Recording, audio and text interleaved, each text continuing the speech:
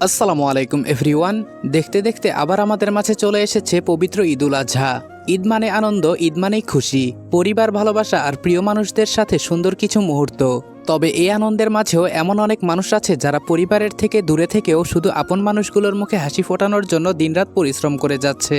সব প্রবাসী ভাই, কষ্ট করা মানুষ আর সব ভিউয়ার্সদের জন্য অনেক অনেক দোয়া আর ভালোবাসা রইল। আল্লাহ যেন সবার জীবন সুখ, শান্তি আর রহমতে ভরিয়ে দেন। আর তোমাদের সবার সাপোর্ট আর ভালোবাসার কারণেই আজকে আমি এখানে দাঁড়িয়ে আছি। তাই হৃদয়ের গভীর থেকে সবাইকে জানাই পবিত্র ঈদুল আজহার শুভেচ্ছা। ঈদ মোবারক। আজকের ভিডিওটা যদি ইউটিউব থেকে দেখো তাহলে অবশ্যই চ্যানেলটা সাবস্ক্রাইব করে দিবা, আর ফেসবুক পেজ থেকে দেখলে পেজটা অবশ্যই ফলো করে দিবা। আমাদের পেজের নাম রেদওয়ান অলওয়েজ অন ফায়ার। তো চলো বেশি কথা না বলে সৎমায়ের অপবাদ গল্পের শেষ পর্ব শুরু করা যাক। রাতে থানার ভেতর অস্বাভাবিক উত্তেজনা। কনস্টেবলরা ছোটাছুটি করছে। জিজ্ঞাসাবাদ কক্ষের সামনে কড়া নিরাপত্তা। রনি দ্রুত ভেতরে ঢুকতেই এক অফিসার দাঁড়িয়ে স্যালুট দিল। স্যার, আসামিরা ভেতরে আছে। রনি দরজা খুলে ভেতরে ঢুকলো। ভেতরে চেয়ারেতে হাত করা পরা অবস্থায় বসে আছে দুজন, একজন রাসেল আর অন্যজনকে দেখে রনি থমকে গেল। সে আর কেউ নয়, রনির সৎ ভাই পাভেল। পাভেলও অবাক হয়ে তাকিয়ে বলল, রনি, তুই এখানে? রনি কিছু বলার আগেই পাশে দাঁড়ানো এক কনস্টেবল কড়া গলায় বলে উঠল, সাবধানে কথা বলবেন, উনি এএসপি রনি রহমান, স্যারের সাথে তুই তুকারি করবেন না। পাভেলের চোখ বিস্ময়ে বড় হয়ে গেল। এএসপি?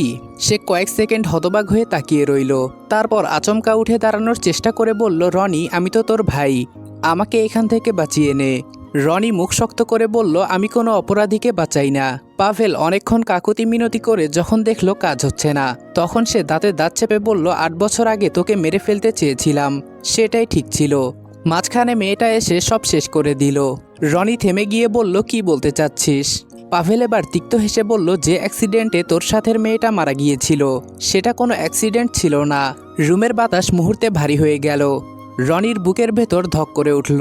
মানে? পাভেল ধীরে ধীরে বলল, সেদিন টার্গেট ছিলি তুই, আমি তোকে মারতে চেয়েছিলাম, কিন্তু ওই মেয়ে মাঝখানে পড়ে যায়। রনির নিঃশ্বাস ভারী হয়ে উঠল। হঠাৎ তার কানে যেন আবার ভেসে উঠল ব্রেক কষার শব্দ, কাঁচ ভাঙার শব্দ আর রক্তাক্ত নীলার কাপা গলা। রনি, তুমি ঠিক আছো তো? রনির হাত মুষ্টিবদ্ধ হয়ে গেল। সে ধীরে ধীরে পাভেলের দিকে তাকালো। পাভেল ঠোঁটের কোণে হালকা হাসি টেনে বলল, অনেকদিন পর সত্যিটা জানলি এসপি সাহেব। পাভেলের কলার শক্ত করে চেপে ধরে আছে রনি, চোখ লাল, নিঃশ্বাস ভারী। রুমের সবাই বুঝতে পারছে এই মুহূর্তে সে শুধু একজন পুলিশ অফিসার না, সে একজন মানুষ যে 8 বছর ধরে নিজের ভেতরে একটা মৃত্যুর বোঝা বয়ে বেরিয়েছে। পাভেল তবুও বিকৃতভাবে হেসে বলল, কি হলো, সত্যিটা সহ্য করতে পারছিস না? রনির হাত আরও শক্ত হয়ে গেল। তুই নীলাকে মেরেছিস। পাভেল দাঁত বের করে বলল, ভুল টার্গেট ছিল, মরার কথা ছিল তোর। পরের মুহূর্তেই রনির ঘুষি গিয়ে পড়ল পাভেলের মুখে। দুইজন অফিসার দ্রুত এগিয়ে এলো। পাভেলের ঠোঁট ফেটে রক্ত বের হচ্ছে। সে হাসতেই থাকলো। পাভেল বলল, এই রাগটা 8 বছর আগে দেখালে ভালো হতো। রনির মাথার ভেতর সবকিছু যেন ঝাপসা হয়ে যাচ্ছে। তার চোখের সামনে শুধু নীলার শেষ মুহূর্তটা ভেসে উঠছে, রক্তে ভেজা হাত, কাপা ঠোঁট আর শেষবারের মতো তার নাম ধরে ডাকা। হঠাৎ রনি পাভেলকে ছেড়ে কয়েক কদম পিছিয়ে গেল। সে 2 হাতে মাথা চেপে ধরল। একজন অফিসার সাবধানে বলল, স্যার, আপনি ঠিক আছেন? রনি চোখ বন্ধ করে নিল। অনেক কষ্টে নিজেকে সামলে নিয়ে ঠান্ডা গলায় বলল, ওদের বিরুদ্ধে অ্যাটেম্প্ট মার্ডার আর নীলার কেস রিওপেন করো, পুরনো সব ফাইল বের করতে হবে। একজন কনস্টেবল বলল, জি স্যার। পাভেল এবার একটু অস্থির হয়ে উঠল। এইসব করে লাভ কি? কোনো প্রমাণ নেই। রনি চোখ তুলে তাকালো। তার চোখের দৃষ্টি এত ঠান্ডা ছিল যে পাভেলের বুক কেঁপে উঠল। রনি বলল, আমি 8টা বছর অপেক্ষা করেছি, আর একটু করব, কিন্তু এবার তোর শাস্তি আমি নিশ্চিত করব। আফরিন পড়াশোনা শেষ করে বেডরুমে এসে দেখে তাদের বিছানায় পা ঝুলিয়ে মাথা নিচু করে বসে আছে রনি। আফরিন অবাক হয়ে ভাবতে থাকে, রনি কখন এসেছে? এসে বসে আছে, ওকে একবার ডাকলো না, নাকি ডেকেছিল? ও এতটাই পড়ার ধ্যানে ছিল শুনতে পায়নি। আফরিন রনির দিকে যেতে যেতে বলল, আপনি কখন এসেছেন? আমাকে ডাকলেন না যে? আফরিন প্রশ্নগুলো করে চুপ করে কিছুক্ষণ দাঁড়িয়েছিল, কিন্তু রনি উত্তর না দিয়ে আগের মতোই বসে আছে। এটা দেখে আফরিন রনির একদম সামনে দাঁড়িয়ে বলে, কি হলো, কথা বলছেন না কেন? কোনো সমস্যা হয়েছে? রনি হঠাৎ করে আফরিনকে হ্যাঁচকা টানে নিজের কাছে নিয়ে এসে আফরিনের পেটে মুখ গুজে কান্না করে দেয়। আফরিনের পুরো শরীর কেঁপে ওঠে। বিয়ের 2 মাসে রনি কোনোদিন তাকে এইভাবে স্পর্শ করেনি। আফরিন নিজের 2 হাত দিয়ে রনির মুখ উপরের দিকে টেনে তুলে খুব নরম কণ্ঠে জিজ্ঞেস করল, কি হয়েছে? রনি বলল, জানো আফরিন, এত বছর ধরে আমি নিজেকে ঘৃণা করেছি। মনে হতো আমার কারণেই নীলা মারা গেছে, কিন্তু আজকে জানলাম ওকে মারা হয়েছে। আর যে করেছে এই কাজ সে আমার নিজের ভাই। আফরিন স্তব্ধ হয়ে গেল। রনি আফরিনকে সবকিছু খুলে বলল, আমি তাকে মেরে ফেলতে চেয়েছিলাম আজকে। সত্যি বলতে কয়েক সেকেন্ডের জন্য সব ভুলে গিয়েছিলাম যে আমি পুলিশ। আফরিন ধীরে তার কাছে এসে দাঁড়ালো। তারপর খুব আস্তে করে বলল, কিন্তু আপনি করেননি। রনি চুপ। আফরিন বলল, কারণ আপনি খারাপ মানুষ না। রনি তিক্ত গলায় বলল, আমি ভালো মানুষও না আফরিন। যদি ভালো হতাম তাহলে নীলাকে বাঁচাতে পারতাম। আফরিন এবার রনির হাতটা ধরে ফেলল। রনি থমকে গেল। আফরিনের কণ্ঠ কাঁপছিল। সবকিছু আপনার হাতে ছিল না। একটা মানুষের অপরাধের দায় আপনি এত বছর নিজেকে দিয়েছেন। এবার নিজেকে একটু ক্ষমা করুন। রনি নিঃশব্দে তাকিয়ে রইল আফরিনের দিকে। চাঁদের আলোয় মেয়েটার চোখ দুটো ভিজে উঠেছে, কিন্তু সে চোখে করুণা নেই, আছে শুধু নিঃস্বার্থ ভালোবাসা আর ভরসা। হঠাৎ রনির বুকের ভেতর জমে থাকা ভারটা একটু নরম হয়ে এলো। সে আফরিনের হাতটা শক্ত করে ধরল। তারপর বলল, তুমি আমার জীবন থেকে হারিয়ে যেও না, তাহলে হয়তো আমি শেষ হয়ে যাব। এটা শুনে আফরিনের চোখ ভিজে উঠল। রনি কয়েক সেকেন্ড চুপ থেকে আবার বলল, আর আজকে প্রথমবার মনে হচ্ছে আমি হয়তো সত্যিই নতুন করে বাঁচতে পারবো। আফরিন নিঃশব্দে চোখের পানি মুছে ফেলে বলল, মৃত্যুই একমাত্র আপনার থেকে আমাকে দূরে নিতে পারবে। এছাড়া কোনো দিন আমি আপনার থেকে দূরে যাব না। রনি বলল, মৃত্যুই তো আমার থেকে নীলাকে কেড়ে নিয়েছে। আফরিনের এবার হয়তো হিংসা হলো। শত হোক, ওর নিজের স্বামী তো। নিজের স্বামীর মুখে বারবার অন্য মেয়ের নাম কারোই বা ভালো লাগে, কিন্তু কি করবে? সে তো সব জেনেই এই সম্পর্কে জড়িয়েছে। রনির কথার পর আফরিন কিছুক্ষণ চুপ করে রইল। তার বুকের ভেতরটা অদ্ভুত কষ্টে মোচড় দিয়ে উঠছে। সে জানে রনি এখনো নীলাকে ভুলতে পারেনি, ভুলতে পারবেও না, কিন্তু তবুও নিজের স্বামীর মুখে অন্য একটা মেয়ের নাম শুনতে বুকের কোথাও হিংসা হওয়াটা খুব স্বাভাবিক। আফরিন নিজের হাতটা রনির হাতের ওপর রাখলো। মৃদু গলায় বলল, আমি কখনো নীলা আপুর জায়গা নিতে চাই না, কারণ কিছু মানুষ জীবনে জায়গা না নিয়েও থেকে যায়। রনি চুপ করে শুনছে। আফরিন আবার বলল, আমি শুধু আপনার জীবনে আজকে আর আগামীটা হতে চাই, অতীত না। কথাটা শুনে রনির বুকের ভেতরটা কেঁপে উঠল। সে আফরিনের দিকে তাকালো। এই মেয়েটা কিভাবে এত সহজ করে কঠিন কথাগুলো বলে ফেলে, সে কিছুতেই বুঝতে পারে না। রনি বলল, তোমার কষ্ট হয় না? আফরিন মৃদু হাসল, হয়, অনেক হয়, কিন্তু কি করব? আমি তো জেনে শুনেই এই জীবনে পা রেখেছি।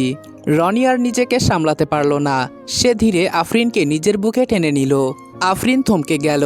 এই প্রথম রনি তাকে নিজের ইচ্ছেতে এত কাছে টানল। রনির গলা কাঁপছিল। আমি জানি না আমি তোমার প্রাপ্য কিনা। আমি অজান্তেই তোমাকে অনেক কষ্ট দিয়ে ফেলেছি।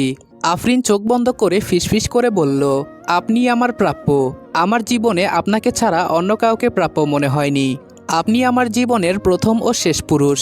আফরিনের কথা শুনে রনির মন অপরাধবোধ অনুভব করে। সে বুঝতে পারে সে অতীত নিয়ে পড়ে থাকতে থাকতে বর্তমানকে অনেক বেশি অবহেলা করছে। রাতে আর খুব বেশি কথা হয়নি, কিন্তু সে রাতের পর তাদের সম্পর্কের ভেতর কিছু একটা বদলে গেল। অদৃশ্য দূরত্বটা যেন একটু একটু করে গলতে শুরু করলো। রনি বারান্দায় দাঁড়িয়েছিল, হাতে ধোয়া ওঠা চায়ের কাপ, কিন্তু চায়ে আর চুমুক দেওয়া হচ্ছে না। তার চোখ যেন কোথাও দূরে হারিয়ে আছে। ঠিক তখনই ফোনটা বেজে উঠল। রনি ফোনের স্ক্রিনে তাকিয়ে ভ্রু কুঁচকে ফেলল। গ্রাম থেকে কল। সে ফোন রিসিভ করে বলল, হ্যালো। ওপাশ থেকে কাপা গলায় একজন বলল, রনি বাবা, আমি কাদের চাচা বলছি। তোমার আম্মা নাসরিন ভাবি আর নেই। বাবা, তিনি একটু আগে ইন্তেকাল করেছে। মুহূর্তেই রনির শরীর শক্ত হয়ে গেল। হাতের কাপটা ধীরে মেঝেতে পড়ে ভেঙে গেল। চায়ের গরম পানি ছড়িয়ে পড়ল চারপাশে। আফরিন রান্নাঘর থেকে দৌড়ে বেরিয়ে এলো। কি হয়েছে? রনি বলল, আমার সৎমা মারা গেছে। আফরিন আর কিছু বলার আগেই রনি বলল, আমি এখন আমার গ্রামে যাব। তুমি যাবে আমার সাথে?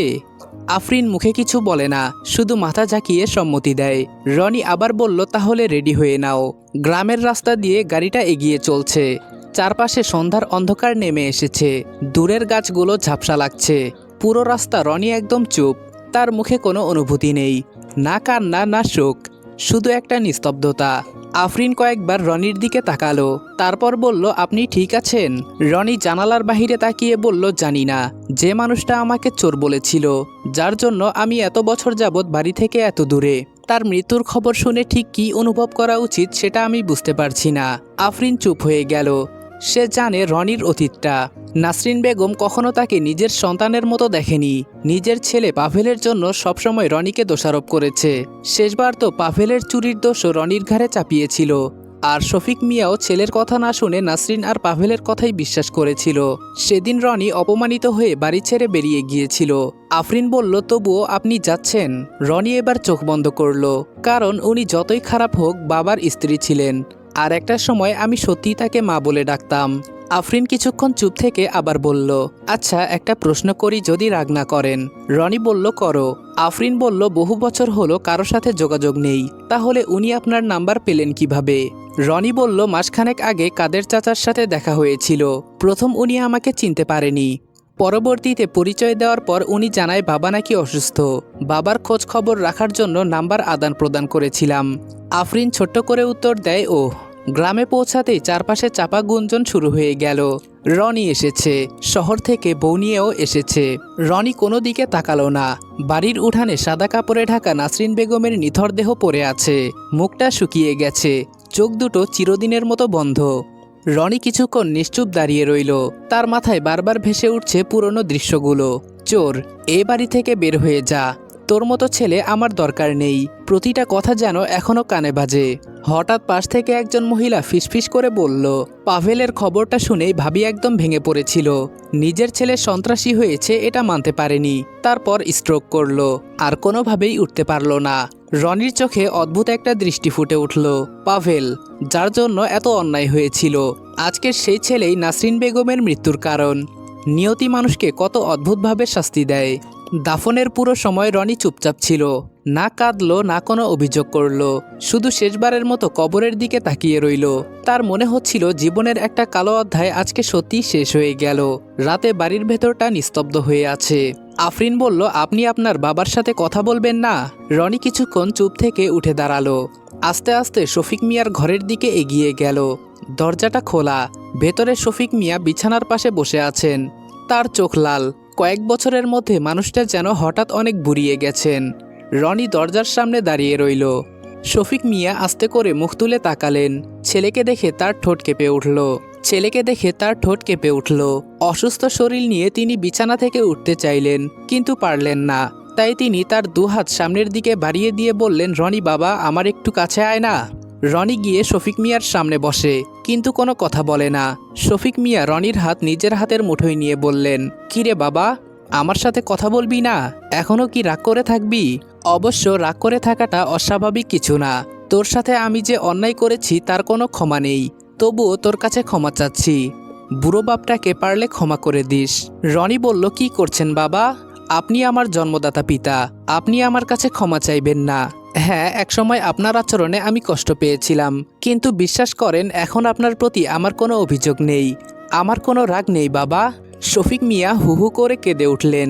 বুক ভরা অপরাধবোধ আর বছরের পর বছর জমে থাকা কষ্ট যেন একসাথে বেরিয়ে আসছে তার কান্নার সাথে। রনি দ্রুত বাবার হাত দুটো নিজের হাতে নিয়ে শান্ত কণ্ঠে বলল, কাঁদবেন না বাবা, আমি আপনার ওপর রাগ করে নেই, সত্যি বলছি। আমার মনে আপনার জন্য কোনো রাগ নেই। ছেলের মুখে এমন কথা শুনে শফিক মিয়ার কান্না আরও বেড়ে গেল। তিনি বারবার রনির মাথায় হাত বুলিয়ে দিচ্ছেন, যেন হারিয়ে যাওয়া ছেলেকে নতুন করে ফিরে পেয়েছেন। দূরে দরজার পাশে দাঁড়িয়ে নিঃশব্দে পুরো দৃশ্যটা দেখছিল আফরিন। বাবা ছেলের এই আবেগঘন মিলন দেখে ওর চোখও ভিজে উঠেছিল। হঠাৎ শফিক মিয়ার নজর গিয়ে থামল দরজার সামনে দাঁড়িয়ে থাকা মেয়েটার উপর। কপাল কুঁচকে তিনি রনির দিকে তাকিয়ে ধীর কণ্ঠে জিজ্ঞেস করলেন, মেয়েটা কে বাবা? রনি মৃদু হেসে বাবার কাছ থেকে উঠে দাঁড়ালো। তারপর আফরিনের কাছে গিয়ে ওর হাতটা আলতো করে ধরল। আফরিন লজ্জায় মাথা নিচু করে ফেলল। রনি আফরিনকে সঙ্গে নিয়ে শফিক মিয়ার সামনে এসে দাঁড়িয়ে শান্ত অথচ দৃঢ় কণ্ঠে বলল, বাবা, এ হলো আপনার পুত্রবধূ আফরিন। শফিক মিয়া কিছুক্ষণ হতবম্ব হয়ে আফরিনের দিকে তাকিয়ে রইলেন, যেন কথাটা বিশ্বাস করতে পারছেন না। তারপর বললেন, আমার পুত্রবধূ? রনি মাথা নেড়ে বলল, জি বাবা, আমরা 2 মাস আগে বিয়ে করেছি। শফিক মিয়ার চোখ হঠাৎ ভিজে উঠল। তিনি আফরিনের দিকে তাকিয়ে বললেন, মা, একটু কাছে আসো তো। আফরিন এগিয়ে গেল। বুকের ভেতরটা কেমন ধুকধুক করছে তার। শফিক মিয়া কাপা হাতে আফরিনের মাথায় হাত রেখে বললেন, তুমি এতক্ষণ বাহিরে দাঁড়িয়েছিলে কেন মা? আমার ছেলের বউ হয়ে দরজার পাশে দাঁড়িয়ে থাকবে, এটা কিভাবে হয়? আফরিন মৃদু গলায় বলল, আসলে আপনাদের বাবা ছেলের কথা হচ্ছিল তাই। শফিক মিয়া দীর্ঘশ্বাস ফেললেন। এই বাড়িতে অনেক অন্যায় হয়েছে মা, আমি নিজের চোখে সত্যি দেখেও বুঝতে পারিনি। এখন মনে হয় আল্লাহ আমাকে বাঁচিয়ে রেখেছেন শুধু ভুলগুলো বোঝার জন্য। রনি চুপচাপ দাঁড়িয়েছিল, তার বুকের ভেতরটাও ভারী হয়ে উঠছে। ঠিক তখনই বাইরে থেকে একজন মহিলা বলল, চাচা একটু ভাত মুখে দেন, সারাদিন কিছু খান নাই। শফিক মিয়া ক্লান্ত গলায় বললেন, খেতে ইচ্ছে করছে না। আফরিন হঠাৎ শান্ত গলায় বলল, না খেলে শরীর আরো খারাপ করবে বাবা, একটু হলেও খেতে হবে। বাবা ডাকটা শুনে শফিক মিয়া থমকে গেলেন। কয়েক সেকেন্ড তিনি শুধু আফরিনের মুখের দিকে তাকিয়ে রইলেন, তারপর চোখ মুছে মৃদু হেসে বললেন, অনেক বছর পর কেউ আবার আমাকে এত আপন করে বাবা বলে ডাকলো মা। আফরিন মুচকি হাসল। আফরিন রান্নাঘরে বসে শফিক মিয়ার জন্য হালকা ভাত আর ডাল গরম করছিল। গ্রামের দু একজন মহিলা অবাক হয়ে ওর দিকে তাকাচ্ছিল। একজন ফিসফিস করে বলল, শহরের মেয়ে হয়েও কেমন শান্তশিষ্ট দেখেছো। আরেকজন বলল, রনির কপাল ভালো, এমন বউ পেয়েছে। আফরিন শুধু ছোট্ট করে হাসলো। খাবার নিয়ে ঘরে ঢুকতেই দেখলো শফিক মিয়া আছোয়া হয়ে আছেন, আর রনি পাশে বসে চুপচাপ বাবার হাত ধরে আছে। দৃশ্যটা দেখে আফরিনের বুকটা কেমন নরম হয়ে গেল। সে বলল, বাবা একটু খেয়ে নিন। শফিক মিয়া এবার আর না করলেন না। আফরিন নিজ হাতে তাকে খাবার তুলে দিতে লাগলো। বৃদ্ধ মানুষটা বারবার চোখ মুছছিলেন। হয়তো তিনি ভাবতেও পারেননি জীবনের এই সময়ে এসে ছেলের বউয়ের হাতে এভাবে খাবার খাবেন। হঠাৎ করে তিনি বললেন, মা একটা কথা বলি। আফরিন বলল, জি বাবা। শফিক মিয়া বললেন, আমার রনিটাকে আর কষ্ট দিও না, ছেলেটা জীবনে অনেক কষ্ট পেয়েছে। কথাটা শুনে রনি মাথা নিচু করে ফেলল। আফরিন মৃদু হেসে বলল, আমি চেষ্টা করব বাবা, ওর জীবনের সব কষ্ট ভুলিয়ে দিতে আমি আপ্রাণ চেষ্টা করব। রনি এবার মুখ তুলে আফরিনের দিকে তাকালো। আফরিন রনিকে চোখের ইশারায় কাছে ডেকে নেয়। রনি আফরিনের কাছে গিয়ে বলে, কিছু বলবা? আফরিন বলল, বাবা তো অনেক অসুস্থ, তাকে এখানে একা না রেখে আমাদের সাথে বাসায় নিয়ে যাই। এখন থেকে বাবা আমাদের সাথে ঢাকায় থাকবে। রনি আফরিনের দিকে অবাক হয়ে তাকিয়ে থাকে আর ভাবে, এই মেয়েকে কি মাটি দিয়ে তৈরি করা হয়েছে, এত সহজে সবাইকে আপন করে নেয় কিভাবে। রনি জবাব দিল, ঠিক আছে। এই ঘটনার কয়েকদিন পর আফরিন ঘুম থেকে উঠে অবাক হয়ে গেল। রনি এখনো বাসায়। সে চোখ কচলাতে কচলাতে বলল, আপনি অফিসে যাননি? রনি ডাইনিং টেবিলে বসে চা খাচ্ছিল। রনি বলল, আজকে একটু পরে যাব। আফরিন অবাক হয়ে বলল, শরীর খারাপ নাকি? রনি মুচকি হেসে বলল, না, আজকে আমার বউকে নিয়ে নাস্তা করতে ইচ্ছে করছে। আফরিন কয়েক সেকেন্ড হতবম্ব হয়ে তাকিয়ে রইল। তার মুখ লজ্জায় লাল হয়ে গেছে। আপনি আজকাল অনেক বদলে গেছেন। রনি ভ্রু উঁচু করে বলল, খারাপের দিকে? আফরিন নিচু গলায় বলল, না, অনেক সুন্দর হয়ে গেছেন। রনি কিছুক্ষণ তাকিয়ে বলল, তুমি বুঝি আমাকে ফ্লার্ট করা শিখে গেছো? আফরিন একটা চায়ের কাপ হাতে বলল, আমি চাটা বাবাকে দিয়ে আসি। এটা বলে আফরিন লজ্জায় রান্নাঘরের দিকে পালিয়ে গেল। রনি সেদিকে তাকিয়ে হাসল। রাতে রনি বাসায় ফিরতে দেখল পুরো বাড়ি অন্ধকার। সে ভেতরে ঢুকতেই রান্নাঘর থেকে ভেসে এলো আফরিনের গলা, হাত মুখ ধুয়ে আসুন, আমি খাবার দিচ্ছি। এই ছোট ছোট জিনিসগুলোই এখন তার কাছে বাড়ি মনে হয়। সে ওয়াশরুমে যাওয়ার আগে শফিক মিয়ার রুমে ঘুরে আসলো। দেখতে পেল সে খুব শান্তিতে ঘুমিয়ে আছে। ওয়াশরুম থেকে ফিরে এসে দেখলো টেবিলে তার পছন্দের খিচুড়ি আর গরুর মাংস। রনি অবাক হয়ে বলল, আজকে এগুলো বানিয়েছো? আফরিন ছোট করে উত্তর দিল, হুম। রনি কিছুক্ষণ চুপচাপ আফরিনের দিকে তাকিয়ে রইল। তারপর বলল, তুমি কি আমার মনের কথা পড়তে পারো? আফরিন ভ্রুকুচকে বলল, মানে? রনি প্লেটের দিকে তাকিয়ে মৃদু হেসে বলল, সারাদিন অফিসে বসে শুধু খিচুড়ির কথাই মনে হচ্ছিল, আর বাসায় এসে দেখি সেটাই রান্না করা। আফরিন ঠোঁট কামড়ে হাসি চেপে বলল, এটাকে বলে টেলিপ্যাথি। এটা শুনে রনিও হেসে ফেলল। অনেকদিন পর এমন নির্ভার হাসি হাসছে সে। খেতে খেতে হঠাৎ রনি বলল, বাবা আজকে তোমার অনেক প্রশংসা করছিল। আফরিন অবাক হয়ে বলল, কি বলেছিলেন? আফরিন অবাক হয়ে বলল, কি বলছিলেন? রনি জবাব দিল, বলছিল আল্লাহ আমার ছেলের কপালে অনেক ভালো একটা মেয়ে লিখে রেখেছিল, এজন্যই সে আফরিনের মতো একটা লক্ষ্মী মেয়ে পেয়েছে। কথাটা শুনে আফরিনের হাত থেমে গেল। তার চোখের কোণে অদ্ভুত এক আলো ফুটে উঠল। আফরিন বলল, আমি শুধু চাই উনি আমাদের সাথে ভালো থাকুক, জীবনের শেষ সময়টাতে যেন আর একা একা না লাগে। রনি কিছুক্ষণ চুপ করে রইল। তারপর বলল, তুমি জানো ছোটবেলায় আমি অসুস্থ হলে মা সারা রাত মাথার পাশে বসে থাকতো। মা মারা যাওয়ার পর আমি ভাবতাম এই পৃথিবীতে আর কেউ কোনো দিন আমাকে নিঃস্বার্থভাবে ভালোবাসবে না। আফরিন চুপচাপ শুনছিল। রনি চোখ তুলে ওর দিকে তাকালো। তারপর বলল, কিন্তু তুমি আমার সেই ভুলটা ভেঙে দিয়েছো আফরিন। আফরিন বলল, আমি তো শুধু আপনাকে ভালোবাসি। রনি কয়েক সেকেন্ড ওর দিকে তাকিয়ে থাকলো, তারপর নিজের হাতটা বাড়িয়ে দিল। আফরিন অবাক হয়ে তাকিয়ে বলল কি?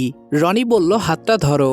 আফরিন নিজের হাতটা রনির হাতে রাখতেই রনি আলতো করে চেপে ধরে বলল অনেক অনেক ধন্যবাদ।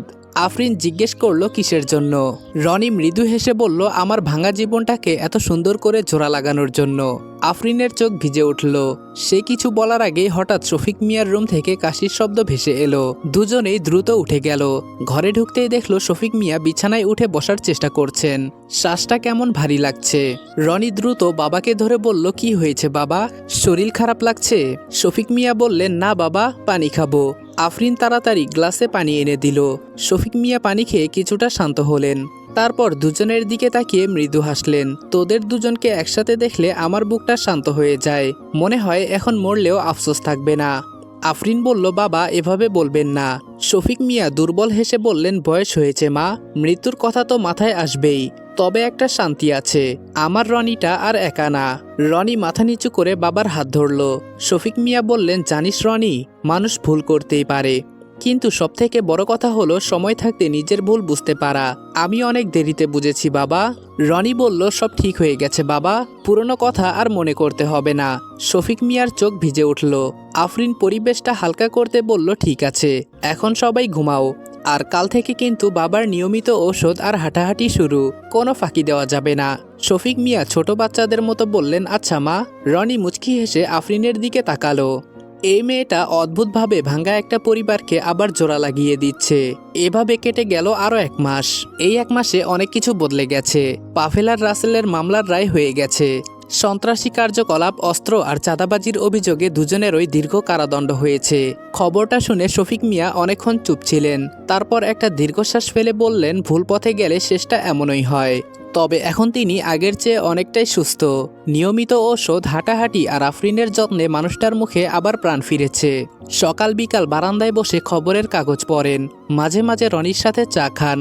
আর রনি, সে এখন আগের মতো নীরব নেই। তার জীবনের অন্ধকারগুলো ধীরে ধীরে আলো পেতে শুরু করেছে।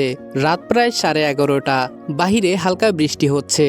জানালার কাছে টুপটাপ শব্দ পড়ছে। পুরো ঘরে নরম অন্ধকার, শুধু বেডসাইড ল্যাম্পের মৃদু আলো জ্বলছে। আফরিন বিছানার একপাশে শুয়ে ফোনে কিছু দেখছিল। রনি পাশ ফিরে ওর দিকে তাকিয়ে আছে। অনেকক্ষণ ধরেই তাকিয়ে আছে। আফরিন টের পেয়ে ভ্রুকুচকে বলল এভাবে তাকিয়ে আছেন কেন? রনি বলল তোমাকে দেখছি। আফরিন লজ্জা পেয়ে ফোনটা নামিয়ে বলল আমি কি নতুন কিছু নাকি? প্রতিদিনই তো দেখেন। রনি আস্তে করে একটু কাছে চলে আসলো। শান্ত গলায় বলল প্রতিদিন দেখি বলেই মনে হয়, প্রতিদিন দেখি বলেই মনে হয় তোমাকে এখনো ঠিকমতো দেখা শেষ হয়নি। কথাটা শুনে আফরিনের বুকের ভেতরটা ধক করে উঠল। সে চোখ নামিয়ে ছোট গলায় বলল আজকাল আপনি খুব কথা বলেন। রনি প্রশ্ন করে বলল খারাপ লাগে? আফরিন মাথা নেড়ে বলল না, অনেক ভালো লাগে। কিছুক্ষণ দুজনেই চুপ। বাহিরে বৃষ্টির শব্দটা আরো স্পষ্ট শোনা যাচ্ছে। হঠাৎ করে রনি বলে উঠল আফরিন একটা কথা বলবো? আফরিন বলল হুম বলুন। রনি কয়েক সেকেন্ড চুপ করে রইল, যেন কথাগুলো গুছিয়ে নিচ্ছে। তারপর বলল আমি সবসময় ভাবতাম আমার জীবনে ভালোবাসা জিনিসটা শেষ হয়ে গেছে, নীলার সাথে সব শেষ হয়ে গেছে। আফরিন নিঃশব্দে শুনছিল। রনি নিচু গলায় আবার বলল তোমাকে বিয়ে করার পরও আমি শুধু দায়িত্ব পালন করেছি, তোমাকে কখনো মন থেকে নিজের কাছে আসতে দেইনি। আমি ভেবেছিলাম আমি আবার কাউকে ভালোবাসতে পারবো না। আফরিনের চোখ ভিজে উঠল, কিন্তু সে কিছু বলল না। রনি ওর হাতটা নিজের হাতে নিল, আঙ্গুলগুলো আলতো করে জড়িয়ে ধরে বলল কিন্তু তুমি খুব নিঃশব্দে আমার জীবনে ঢুকে গেছো আফরিন। আফরিন এবার চোখ তুলে তাকালো। রনির চোখে আজকে অদ্ভুত এক কোমলতা। সে খুব শান্ত স্বরে বলল আমি জানি না ঠিক কবে থেকে, কিন্তু এখন অফিসে থাকলেও তোমার কথা মনে পড়ে। বাসায় ফিরতে ইচ্ছে করে, তোমার সাথে কথা বলতে ইচ্ছে করে, তোমাকে না দেখলে অস্থির লাগে। রনি আরও একটু কাছে এসে ফিসফিস করে বলল আমি তোমাকে ভালোবেসে ফেলেছি আফরিন, আমি দ্বিতীয়বার প্রেমে পড়েছি। মুহূর্তেই আফরিনের চোখ বেয়ে পানি গড়িয়ে পড়ছে। সে কোনোভাবেই বিশ্বাসই করতে পারছে না যে কথাটা শোনার জন্য এতদিন ধরে অপেক্ষা করছে, আজকে সেই কথাই রনি নিজ থেকে বলছে। রনি একটু ঘাবড়ে গিয়ে বলল এই কান্না করছো কেন? আমি কি ভুল বলেছি? আফরিন হঠাৎ কান্না করতে করতেই হেসে ফেলল। তারপর রনির বুকে মুখ লুকিয়ে বলল না, আমি আজকে খুব খুশি। রনি আলতো করে ওকে জড়িয়ে ধরল। তারপর রনি আফরিনের গালে একটা চুমু খেয়ে বলল, ধন্যবাদ তোমাকে আমার জীবনে আসার জন্য। তারপর আরেক গালে চুমু খেয়ে বলল, ধন্যবাদ আমাকে ভালোবাসার জন্য। তারপর কপালে চুমু খেয়ে বলল, ধন্যবাদ আমার জীবনটাকে এত সুন্দর করে গুছিয়ে দেওয়ার জন্য। রনি আলতো করে আফরিনের কপালে ঠোঁট ছুঁইয়ে কিছুক্ষণ চুপ করে রইল। ঘরের ভেতর তখন শুধু বৃষ্টির শব্দ আর দুজনের নিঃশ্বাসের শব্দ মিশে আছে। আফরিন মুখ তুলে তাকালো রনির চোখে। আফরিন মুখ তুলে তাকালো। রনির চোখে আজকে সেই দূরত্বটা নেই কোনো দ্বিধা, শুধু গভীর কোমলতা। রনি খুব আস্তে করে বলল, জানো আফরিন, আমি কখনো ভাবিনি আমার জীবন আবার এত সুন্দর হতে পারে। আফরিন মৃদু হেসে বলল, আমিও ভাবিনি একদিন আপনি নিজ থেকে আমাকে ভালোবাসার কথা বলবেন। রনি বলল, এত অবিশ্বাস ছিল আমার উপর? আফরিন ঠোঁট ফুলিয়ে বলল, ছিল, কারণ আপনি তো আগে শুধু গম্ভীর থাকতেন, মনে হতো হাসতেও ভুলে গেছেন। রনি আফরিনের কাছে এসে বলল, আর এখন? আফরিন চোখ নামিয়ে ফিসফিস করে বলল, এখন মনে হয় আপনি শুধু আমার। কথাটা শুনে রনির চোখে অদ্ভুত এক ভালো লাগা ফুটে উঠল। সে আলতো করে আফরিনের থুতনিটা তুলে ধরল। হ্যাঁ, শুধু তোমার। আফরিন লজ্জায় চোখ বন্ধ করে ফেলল। রনি মুগ্ধ হয়ে কিছুক্ষণ ওর মুখের দিকে তাকিয়ে রইল। তারপর ওকে নিজের বুকে টেনে নিল। আফরিন শান্ত হয়ে রনির বুকের সাথে মাথা রেখে বলল, আপনার বুকের শব্দটা শুনতে আমার খুব ভালো লাগে। রনি মুচকি হেসে বলল, কেন? আফরিন বলল, কারণ এখানে আমার নাম আছে। রনি এবার শব্দ করে হেসে ফেলল। তারপর বলল, তুমি না থাকলে হয়তো আমি কোনোদিন বাঁচতেই শিখতাম না আফরিন। তুমি আমার জীবনের সবচেয়ে সুন্দর শান্তি। আফরিন চোখ তুলে তাকাতেই রনি ধীরে ওর গালে হাত রাখল। দুজনের চোখ একসাথে আটকে গেল। বাহিরে হালকা ঠান্ডা বাতাস বইছে, পর্দাগুলো দুলছে ধীরে ধীরে। আর সেই নরম আলো অন্ধকারের মাঝে রনি খুব আস্তে আফরিনের কপালে আরও একটা দীর্ঘ চুমু দিল। আফরিনের চোখ ভিজে উঠল আবারও। তবে এবার সে কাঁদল না, শুধু মুচকি হেসে বলল, আই লাভ ইউ। রনি কানের কাছে মুখ এনে ফিসফিস করে বলল, লাভ ইউ টু বউ, অনেক বেশি। তারপর দুজন একে অপরকে জড়িয়ে রইল দীর্ঘ সময়। বাহিরে বৃষ্টি থেমে গেছে, কিন্তু তাদের জীবনে ভালোবাসার নতুন ঋতুটা তখনই শুরু হলো। আসসালামু আলাইকুম এভরিওয়ান। সৎমায়ের অপবাদ গল্প এখানে শেষ করলাম। গল্পটা তোমাদের কাছে কেমন লেগেছে অবশ্যই কমেন্ট করে তোমাদের মতামত জানাবা। আর ভিডিওটা ভালো লাগলে উড়াধুরা লাইক, কমেন্ট এবং শেয়ার করে দিবা। আর যদি চ্যানেলে নতুন হয়ে থাকো তাহলে অবশ্যই চ্যানেলটা সাবস্ক্রাইব করে দিবা। তো দেখা হচ্ছে তোমাদের সাথে নেক্সট গল্পে। ততক্ষণ ভালো থাকবা, সুস্থ থাকবা। আল্লাহ হাফেজ।